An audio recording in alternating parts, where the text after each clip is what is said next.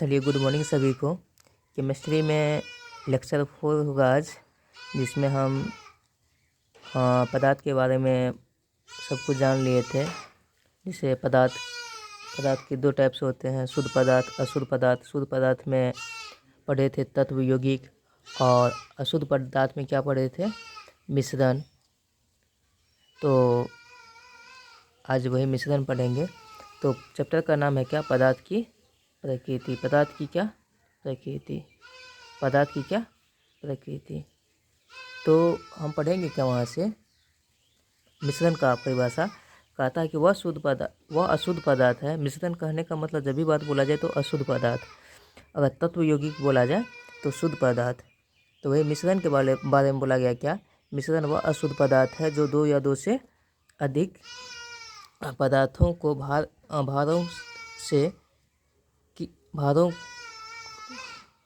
वह शुद्ध पदार्थ जो 2 या 2 से अधिक पदार्थों को भार के विचारों से किसी भी निश्चित अनुपात में मिलाने से बनता है। इसीलिए मिश्रण का रासायनिक फार्मूला परिभाषित नहीं होता। मिश्रण को आप किसी भी अनुपात में मिलाइएगा ना, किसी भी अनुपात में, तो मिश्रण का निर्माण करेगा। ठीक।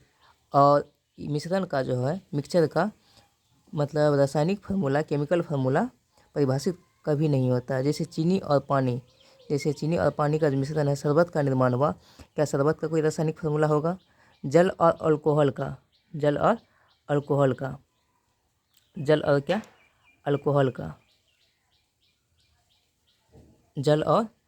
का मिश्रण, क्या इसका रासायनिक फार्मूला साबित होगा, परिभाषित होगा क्या?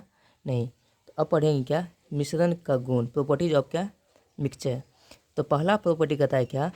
किसी भी मिश्रण का गुण उसके अवयवी तत्वों पर निर्भर करता है, अर्थात किसी भी मिश्रण का अवयवी तत्व अपना गुण को कायम रखता है। जैसे चीनी और पानी को मिलाएंगे तो शरबत बनेगा, तो उसमें ये समझेंगे क्या? चीनी भी है और क्या? पानी भी है। जैसे जल एवं अल्कोहल का मिश्रण। अगला प्रॉपर्टीज क्या कहता है? मिश्रण के अवयवी तत्वों को सरल यांत्रिक विधि या भौतिक विधि द्वारा अलग किया जा सकता है। जैसे एक सिंपल सी बात, जैसे कि मान के चलिए गेहूँ होता है, गेहूँ में अगर कंक्रीट रहता है, वो जो मिश्रण का निर्माण करता है, जैसे गेहूँ और उसमें कंक्रीट होगा तो मिश्रण बनेगा। अगर उसको कैसे अलग करेंगे? भौतिक विधि द्वारा, चालन विधि द्वारा अलग करते हैं ना। तो वही बात कहता है सेकेंड पॉइंट, मिश्रण के अवयवी तत्वों को सरल विधि, यांत्रिक विधि या तो भौतिक विधि द्वारा अलग किया जाता है। फिर अगला प्रॉपर्टी क्या कहता है? तीसरा प्रॉपर्टी, किसी भी मिश्रण के बनने में उष्मा का अवशोषण एवं उत्सर्जन नहीं होता है। अगला पॉइंट कहता है क्या? किसी भी मिश्रण का द्रव्यनांक तथा क्वथनांक निश्चित नहीं होता है। फिर अगला पॉइंट क्या कहता है? 5वां पॉइंट, किसी भी मिश्रण को बनने में कोई नया पदार्थ का निर्माण नहीं होता है। अब क्या पढ़ेंगे? मिश्रण के टाइप्स कितने होते हैं? Types of mixture. तो इसके 2 टाइप्स होते हैं, एक होते हैं समांगी मिश्रण और दूसरा क्या होते हैं? विसमांगी मिश्रण। समांगी मिश्रण को होमोजेनियस मिक्सचर कहते हैं और विसमांगी मिश्रण को हेटेरोजेनियस मिक्सचर कहते हैं। तो समांगी मिश्रण का परिभाषा समझेंगे क्या? कहता है वैसा मिश्रण जिसमें मिश्रण के अवयवी तत्व संपूर्ण मिश्रण में एक समान अनुपात में उपस्थित होता है, तो समांगी मिश्रण कहलाता है। जैसे पीतल, कभी भी मान के चलिए ठोस का जो मिश्रण होगा समांगी होगा। ठीक। जैसे द्रव का मिश्रण क्या होगा? समांगी होगा। गैस में गैस का मिश्रण क्या होगा? समांगी होगा। तो कहता है क्या?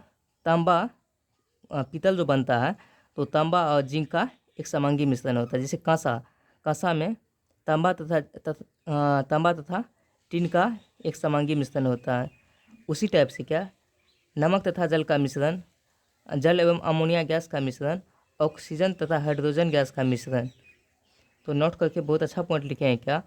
वायु विभिन्न गैस का एक समांगी मिश्रण होता है, जिसमें नाइट्रोजन 78%, ऑक्सीजन 21% तथा कार्बन डाइऑक्साइड 0.03% पाया जाता है।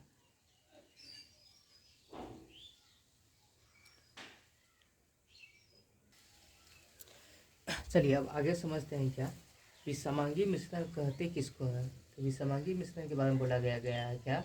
वैसा मिश्रण जिसमें मिश्रण के अवयवी तत्व संपूर्ण मिश्रण में एक समान अनुपात में उपस्थित नहीं रहता है, उसे ही क्या बोलते हैं? विसमांगी मिश्रण कहते हैं। जैसे बालू और चीनी का मिश्रण, बालू और चीनी का मिश्रण विषमांगी मिश्रण होगा। बालू और जल का मिश्रण ये भी क्या है, विषमांगी मिश्रण है। जल और केरोसिन तेल का मिश्रण, जल और केरोसिन तेल का भी आपस में घुलेगा, सोल्यूट करेगा, ये सोल्यूट नहीं करेगा। जल पर केरोसिन तेल क्या करता है, फ्लो करते रहता है, तैरते रहता है।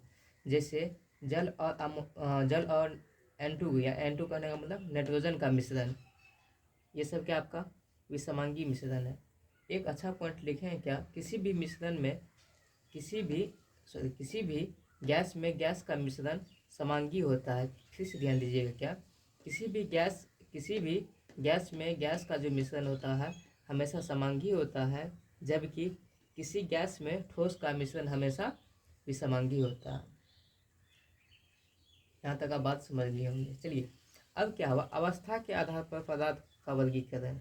ठीक, अपने लोग क्या पढ़े थे, पदार्थ को दो भागों में बांटा गया था, पहला शुद्ध पदार्थ, दूसरा क्या अशुद्ध पदार्थ।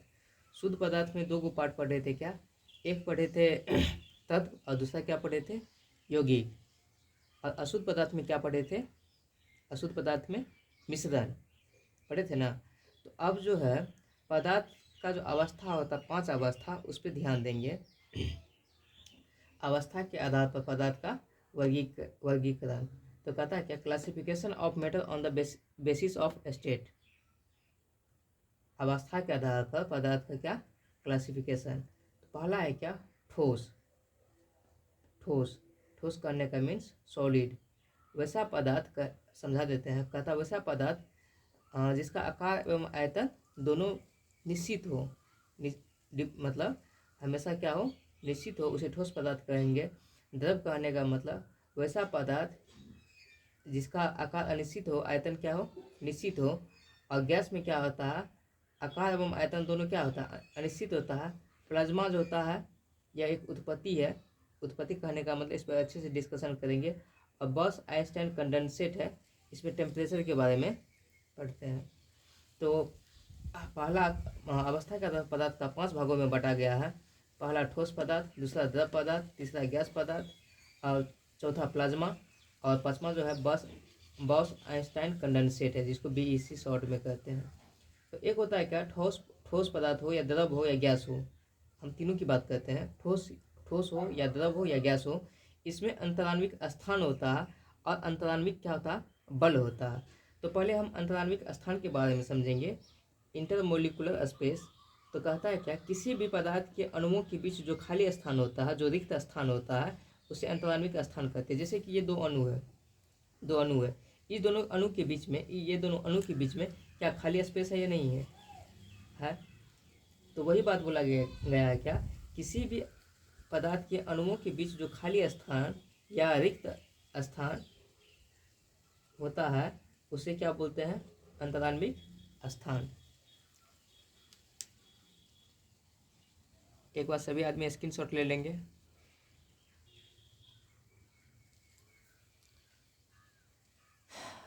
चलिए अब अगला पढ़ेंगे क्या, अंतराण्विक स्थान क्या होता है। उम्मीद है कि सब आदमी स्क्रीनशॉट ले लिए होंगे और समझ भी लिए होंगे।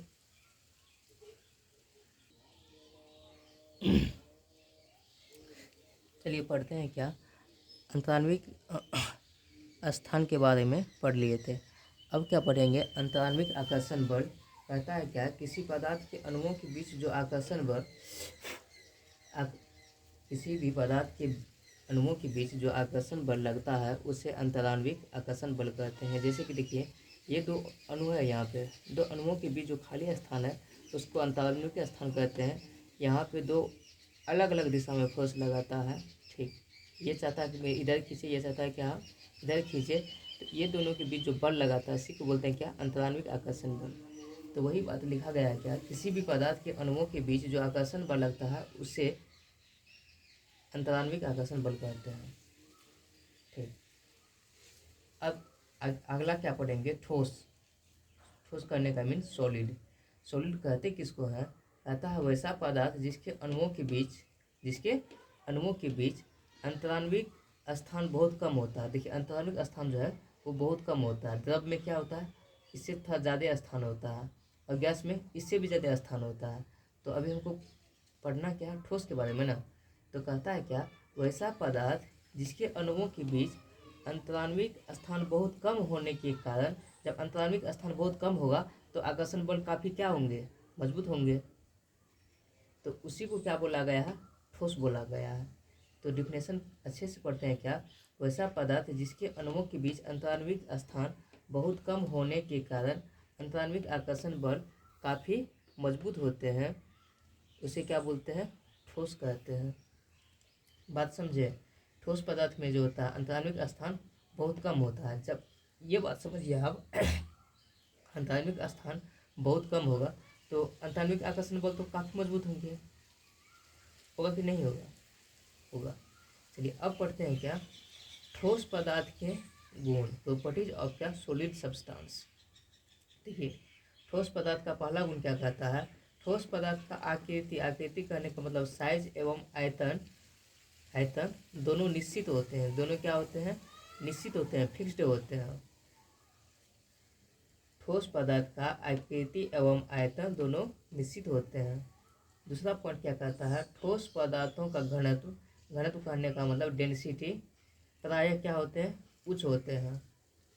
तीसरा पॉइंट क्या बोलता है, ठोस पदार्थों का द्रव्यनांक तथा क्वथनांक काफ़ी उच्च होते हैं, काफ़ी क्या होते हैं, उच्च होते हैं, क्योंकि इसके अणुओं के बीच अंतराण्विक आकर्षण बल काफ़ी क्या होते हैं, मजबूत होते हैं। कोई पूछेगा ठोस पदार्थ का द्रव्यनांक तथा क्वथनांक काफ़ी उच्च होते हैं, ऐसा क्यों, क्योंकि इसके अणुओं के जो बीच होता है ना अंतराण्विक आकर्षण बल, वो काफ़ी क्या होते हैं, मजबूत होते हैं। चौथा पॉइंट क्या बोलता है, तथा ठोस पदार्थों में फ्लो करने का मतलब बहाव की प्रवृत्ति नहीं है। ठोस पदार्थ मान के चलिए कभी बहेगा पानी की जैसे, है ना, बहेगा। तो वही बात बोलता है, जैसे कि मान के चलिए ईंट हो गया, ईंट, ईंट क्या पानी, मतलब पानी की तरह क्या वो बह जाएगा, जिससे लकड़ी है क्या वो बह जाएगा पानी की जैसे, नहीं। तो वही बात क्या बोला गया है, ठोस पदार्थों में बहाव की प्रवृत्ति नहीं पाई जाती है, ठोस पदार्थों में फ्लो की टेंडेंसी नहीं पाई जाती है। पाँचवा पॉइंट क्या बोलता है, ठोस पदार्थ कठोर एवं, कठोर करने का मतलब हार्ड एवं दृढ़ होते हैं, दृढ़ करने का मतलब रिजिड होते हैं। छठा पॉइंट क्या बोलता है, ठोस पदार्थ असंपिंडी है, असंपिंडी कहने का मतलब इसे दबाया नहीं जाता है, संपिंडी कहने का मतलब दबाया जाएगा, असंपिंडी कहने का मतलब दबाया नहीं जाएगा, इसी को बोलते हैं इनकम्प्रेसिबल। ठोस पदार्थ असंपिंडीय अर्थात ठोस पदार्थ को दबाया नहीं जा सकता है। अगला पॉइंट क्या बोलता है, ठोस पदार्थों का प्रसार करने का मतलब एक्सपेंशन या संकुचन, संकुचन कहने का मतलब कंट्रेशन बहुत ही कम होता है। ठोस पदार्थों का जब एक्सपेंशन होगा या संकुचन होगा वो बहुत ही क्या होगा, कम होगा, अर्थात ठोस पदार्थ को गर्म या ठंडा करने पर बहुत कम ही फैलता है। जैसे मान के चलिए लोहा क्या है, ठोस पदार्थ है, जब इसको गर्म करते हैं, गर्म करके जब उसको पीटते हैं तो ऐसा है कि बहुत ज़्यादा फैलता है, बहुत ज़्यादा नहीं फैलता, बहुत कम ही फैलता है। तो वही बात लिखा गया है क्या, ठोस पदार्थों का प्रसार करने का मतलब एक्सपेंशन या उसका संकुचन जो होगा बहुत ही कम होता है, अर्थात ठोस पदार्थ को गर्म या ठंडा करने पर बहुत कम ही फैलता है।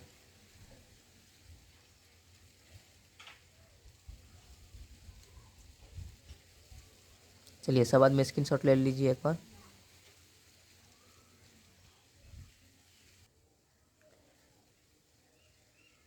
चलिए ठोस समझ लिए थे, अब क्या समझेंगे द्रव के बारे में। द्रव कहता है क्या, वैसा पदार्थ जिसके अणुओं के बीच, जिसके अणुओं के बीच अंतराण्विक स्थान ठोस की अपेक्षा अधिक कम होने के कारण, जहाँ अंतराण्विक स्थान होगा जब वहाँ कम होगा तो ऑटोमेटिक है कि अंतराण्विक आकर्षण बल जो है वो कमज़ोर होगा ही। जहाँ अंतराण्विक स्थान जहाँ कम होगा वहाँ अंतराण्विक आकर्षण बल क्या होगा, मजबूत होगा, होगा कि नहीं होगा। तो अच्छे से समझते हैं क्या, वैसा पदार्थ जिसके अणुओं के बीच अंतराण्विक स्थान ठोस की अपेक्षा अधिक होने के कारण अंतराण्विक आकर्षण बल क्या होते हैं, ठोस की अपेक्षा कमज़ोर होते हैं, उसे द्रव कहलाते हैं, उसे क्या कहलाते हैं, द्रव कहलाते हैं। जैसे कि ये जो है आपका ये वाला, ये द्रव को सूचित किए हैं, सूचित नहीं मतलब इंडिकेट किए हुए हैं, क्या कि द्रव कैसे होते हैं। ठोस में क्या होता था, बहुत मोलिकुलर क्या होते थे, नज़दीक में होते थे। अंतराण्विक स्थान भी बहुत नज़दीक था उसका। अंतराण्विक आकर्षण बल जो था काफ़ी क्या था, मजबूत था। इसमें क्या अंतराण्विक आकर्षण बल जो है ठोस की अपेक्षा अधिक होने के कारण अंतराण्विक आकर्षण बल ठोस की अपेक्षा क्या होगा, कमजोर होगा। वही क्या कहलाता है, द्रव कहलाता है। तो अब द्रव पदार्थ के गुण के बारे में चर्चा करेंगे। क्या कहता है कि द्रव पदार्थ के आयतन करने का मतलब वॉल्यूम निश्चित होते हैं, परंतु आकृति क्या होते हैं, अनिश्चित होते हैं। इसको कहते हैं फाइनाइट, कहते हैं फाइनाइट मतलब आयतन निश्चित होते हैं और उसका आकृति जो है इनफिनाइट होते हैं, अनिश्चित होते हैं। अब क्या कहता है दूसरा बात, द्रव पदार्थों का घनत्व उसके ठोस के रूपों में कम होता है। अगला बात क्या कहता है, द्रव पदार्थों का द्रव्यनांक कहने का मतलब मेल्टिंग पॉइंट तथा क्वथनांक कहने का मतलब बॉइलिंग पॉइंट ठोस की अपेक्षा कम होता है। ठोस की अपेक्षा क्या होता है, बहुत कम होता है। जैसे कि मान के चलिए हम ईटा को गर्म करेंगे तो बहुत समय लगेगा, या किसी ठोस पदार्थ को गर्म करेंगे तो बहुत ज़्यादा समय लगेगा। अगर वही चीज़ अगर हम द्रव को करेंगे, जैसे पानी को करेंगे, तो क्या हो जाएगा, बहुत कम में हो जाएगा। जैसे कि अब थोड़ा सा आगे कहते हैं क्या, जैसे कि लोहा का जो बॉइलिंग पॉइंट होता है, लोहा का बॉइलिंग पॉइंट वो लगभग 3800 डिग्री सेल्सियस होता है सर, 3800 डिग्री सेल्सियस। जबकि वो तो ठोस है।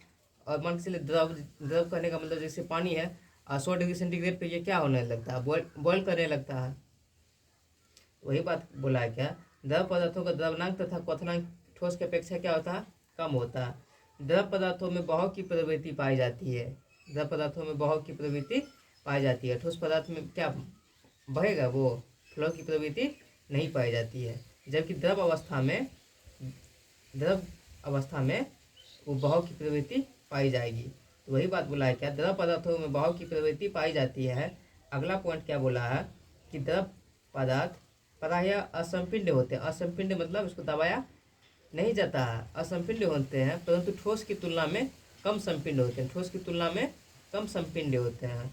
द्रव पदार्थों का विसरण होता है। विसरण करने का मतलब डिफ्यूजन की प्रवृत्ति पाई जाती है, डिफ्यूजन की टेंडेंसी पाई जाती है। द्रव पदार्थ में विसरण करने का मतलब डिफ्यूजन की टेंडेंसी पाई जाती है। टेंडेंसी कहने का अर्थात प्रवृत्ति पाई जाती है, विसरण की प्रवृत्ति पाई जाती है। अगला क्या पढ़ेंगे, गैस। तो गैस कहता है क्या, वैसा पदार्थ जिसके अणुओं के बीच अंतराण्विक स्थान बहुत कम होने के कारण अंतराण्विक आकर्षण बल काफ़ी क्या होते हैं, कमजोर होते हैं, वो गैस कहलाते हैं। वो क्या कहलाते हैं, गैस कहलाते हैं। और इसका जो गुण है वो सब पढ़ते हैं। क्या गैस का गुण, प्रॉपर्टीज ऑफ क्या, गैसियस सब्सटेंस। कहता है क्या, गैसीय पदार्थों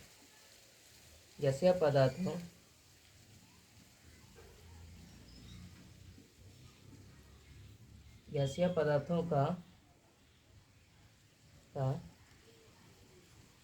आकृति एवं आयतन, आकृति कहने का मतलब साइज एवं आयतन कहने का मीन्स वॉल्यूम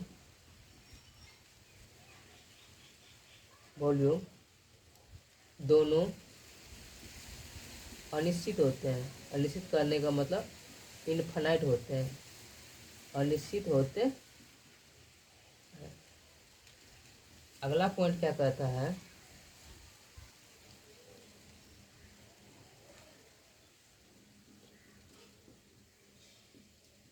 गैसीय पदार्थों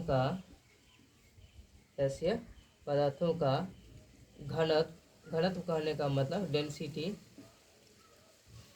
गैसीय पदार्थों का घनत्व ठोस और द्रव की तुलना में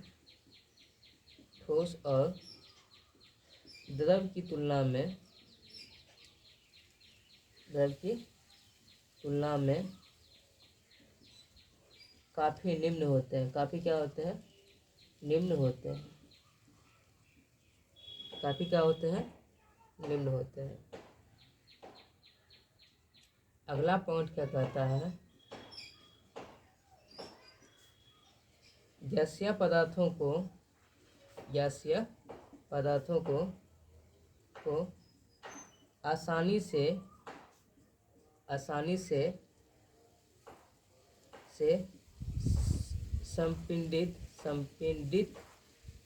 संपिंडित करने का मतलब कंप्रेस, COMPRESS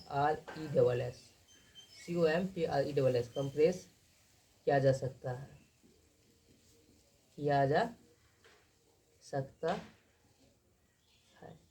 गैसीय पदार्थों को आसानी से कंप्रेस किया जा सकता है। अगला पॉइंट क्या कहता है, गैसीय पदार्थों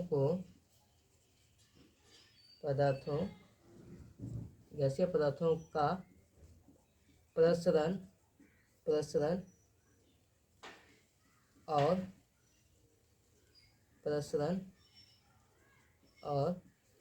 विसरण दर अधिक होता है। विसरण दर क्या होता है, अधिक होता है।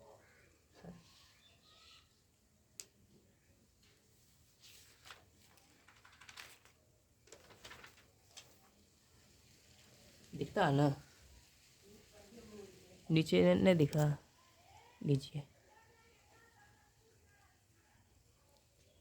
लीजिए सब बाद में स्क्रीनशॉट ले लीजिए एक बार।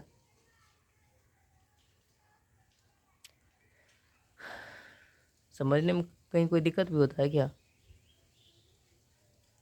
चलिए अब जो पढ़ेंगे प्लाज्मा पढ़ेंगे, प्लाज्मा के बाद बीईसी पढ़ेंगे। बीईसी करने का मतलब बॉस आइंस्टाइन कंडेंसेट। चलिए क्या क्या पढ़ लिए थे, ठोस, द्रव और गैस। अब पढ़ते हैं क्या प्लाज्मा। प्लाज्मा कहने का मतलब पदार्थ का जो है ये चतुर्थ अवस्था है। इस अवस्था में पदार्थ अत्यधिक आयनीकृत गैस के रूप में रहता है। इसमें पदार्थ के कण अति ऊर्जावान, सुपर एनर्जेटिक एवं अति उत्तेजित, सुपर एक्साइटेड अवस्था में रहते हैं। इस अवस्था का उपयोग प्रदीप्त मतलब जलने वाला ट्यूब एवं नियॉन संकेत वाले निर्माण में किया जाता है। कहता है क्या, उच्च ताप के कारण सूर्य और तारे में भी प्लाज्मा की उत्पत्ति होती है और प्लाज्मा की उपस्थिति के कारण ही चमकीले दिखाई पड़ते हैं। बात समझ में आई? फिर से एक बार समझा देते हैं क्या। प्लाज्मा जो है पदार्थ की चौथी अवस्था है। ठीक, इस अवस्था में पदार्थ अत्यधिक आयनीकृत के रूप में रहता है और इसमें पदार्थ के जो कण होते हैं सुपर एनर्जेटिक और एक्साइटेड रहते हैं, अति उत्तेजित रहते हैं चतुर्थ अवस्था में। इस अवस्था का उपयोग प्रदीप्त ट्यूब करने का मतलब जलने वाली ट्यूब एवं नियॉन संकेत वाली के निर्माण में किया जाता है।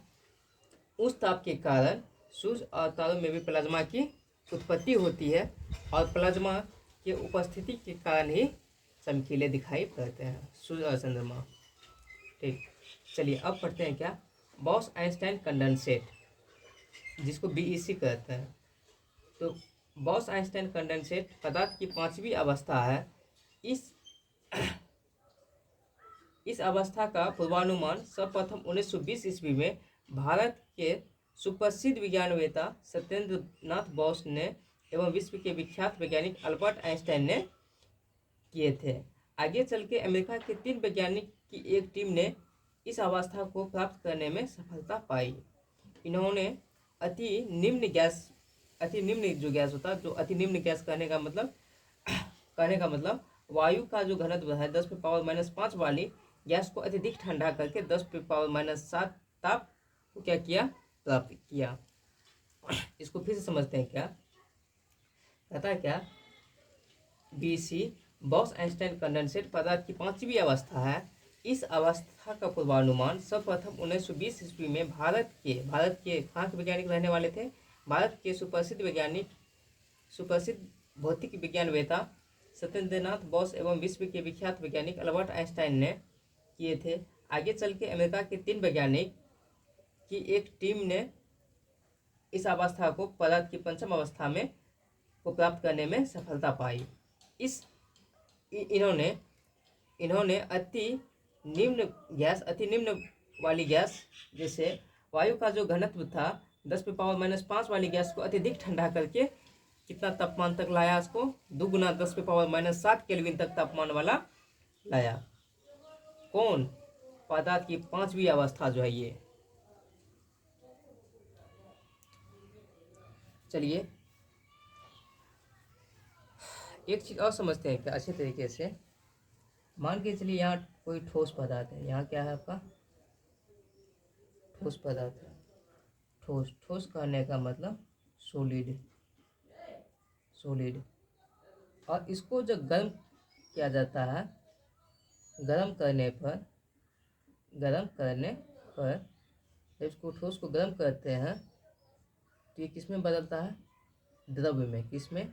द्रव में। द्रव कहने का मतलब LIQUID, लिक्विड में। जब इसको फिर से गर्म करते हैं, गर्म करने पर ये किस में परिणत होने लगता है? गैस में परिणत होने लगता है। किस में परिणत होने लगता है बाबू? गैस में। ठोस को गर्म करने पर किस में परिणत होता है? द्रव में। और द्रव को परिणत करने फिर हीट करेंगे तो किस में परिणत होने लगेगा? गैस में। ठीक। अब क्या होता है, जब ठोस को जब डायरेक्टली हम ठोस को द्रव में लाते हैं, इस प्रोसेस को क्या बोलते हैं जानते हैं? इस प्रोसेस को क्या बोलते हैं? इस प्रोसेस को हम क्या बोलते हैं? इस प्रोसेस को बोलते हैं गलन या द्रवण कहते हैं। इसको क्या कहते हैं? द्रवण कहने का मतलब मेल्टिंग, MELTING, इसको क्या बोलते हैं? मेल्टिंग कहते हैं। फिर द्रव को जो गैस में लाते हैं, इस प्रोसेस को क्या कहते हैं? द्रव से गैस में इस प्रोसेस को क्या कहते हैं? वाष्पन की प्रक्रिया कहते हैं। किसकी? वाष्पन कहने का मतलब इवापोरेशन। ठीक। ठोस से जब द्रव में आते हैं, इस प्रक्रिया को क्या कहते हैं? गलन या द्रवण कहते हैं। और द्रव से जब गैस में आते हैं तो इस प्रक्रिया को क्या बोलते हैं? वाष्पन बोलते हैं। एक डायरेक्टली हम क्या कहते हैं, अगर ठोस से डायरेक्टली गैस में आते हैं, इससे सब्लिमेशन कहते हैं, ऊर्ध्वपातन कहते हैं। ऊर्ध्वपातन, इसको इंग्लिश में कहते हैं क्या? सब्लिमेशन। जैसे हो गया ठोस से डायरेक्टली गैस में कौन कौन आता है? जैसे कपूर हो गया, नेफ्थलीन हो गया। ठीक। इस सबको डायरेक्टली ठोस से डायरेक्टली किस में परिणत हो जाता है? गैस में। चलिए फिर एक चीज़ और यहाँ से, अगर हम इसको फिर ठंडा करेंगे, गैस को अगर ठंडा करेंगे, ठंडा करने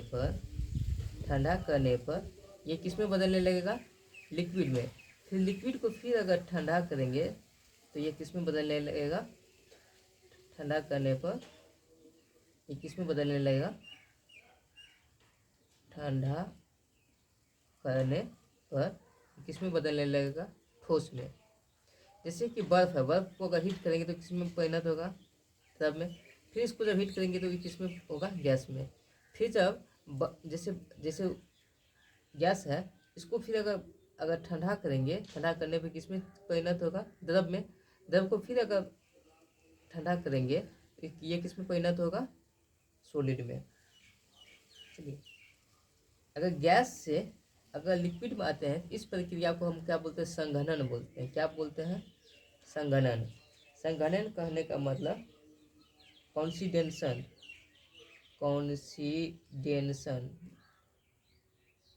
इसको क्या बोलते हैं? कॉन्सिडेशन। अगर द्रव से अगर गैस में आते हैं, तो इस प्रोसेस को क्या बोला जाता है? जमना। इसको जमना कहते हैं। क्या कहते हैं? जमना, या कहते हैं क्या? हिमीकरण कहते हैं। इसको क्या कहते हैं? हिमीकरण कहने का मतलब फ्रीजिंग। और यहाँ गैस से डायरेक्टली अगर ठोस में आते हैं तो इस प्रक्रिया को क्या कहते हैं? डिपोजिशन। क्या कहते हैं? डिपोजिशन। क्या कहते हैं इस प्रक्रिया को? डिपोजिशन। फिर कटता भी है, देख लेते हैं एक बार। थोड़ा सा कट गया, ओह माय गॉड। हाँ, अब दिखा, देखिए ठोस को गर्म किए तो क्या बना, द्रव बना। द्रव को फिर गर्म करेंगे तो क्या बनेगा, गैस बनेगा। अगर ठोस से अगर द्रव में कन्वर्ट करेंगे तो इस प्रक्रिया को क्या बोलते हैं, गलन बोलते हैं, जिसको मेल्टिंग कहते हैं इंग्लिश में। और द्रव से अगर गैस में जाएंगे तो इस प्रक्रिया को, इस प्रोसेस को क्या कहते हैं, इवापोरेशन कहते हैं। यानी कहने का मतलब वाष्पन कहते हैं। क्या कहते हैं इसको, वाष्पन कहते हैं।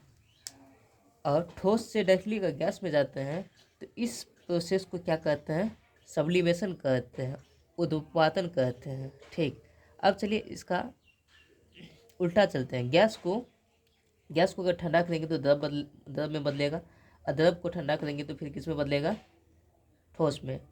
अगर गैस से अगर लिक्विड वाला फॉर्म में आएंगे तो इस प्रोसेस को संघनन कहते हैं। इस प्रोसेस को क्या कहते हैं, संघनन कहते हैं। अगर द्रव से अगर ठोस में आएंगे तो इस प्रोसेस को क्या कहते हैं, फ्रीजिंग कहते हैं, हिमीकरण कहते हैं। ठीक, और गैस से डायरेक्टली अगर हम ठोस में आते हैं तो इस प्रोसेस को क्या कहते हैं, डिपोजिशन कहते हैं। जैसे कहने का मतलब पुनरावस्था। तो यहाँ लिखिएगा क्या, पदार्थ की अवस्था में परिवर्तन, पदार्थ की अवस्था में परिवर्तन। ये पहले लिख के उसके बाद ये वाला फिगर छापिएगा, पदार्थ की अवस्थाओं में परिवर्तन। आज यहीं तक रहने देते हैं।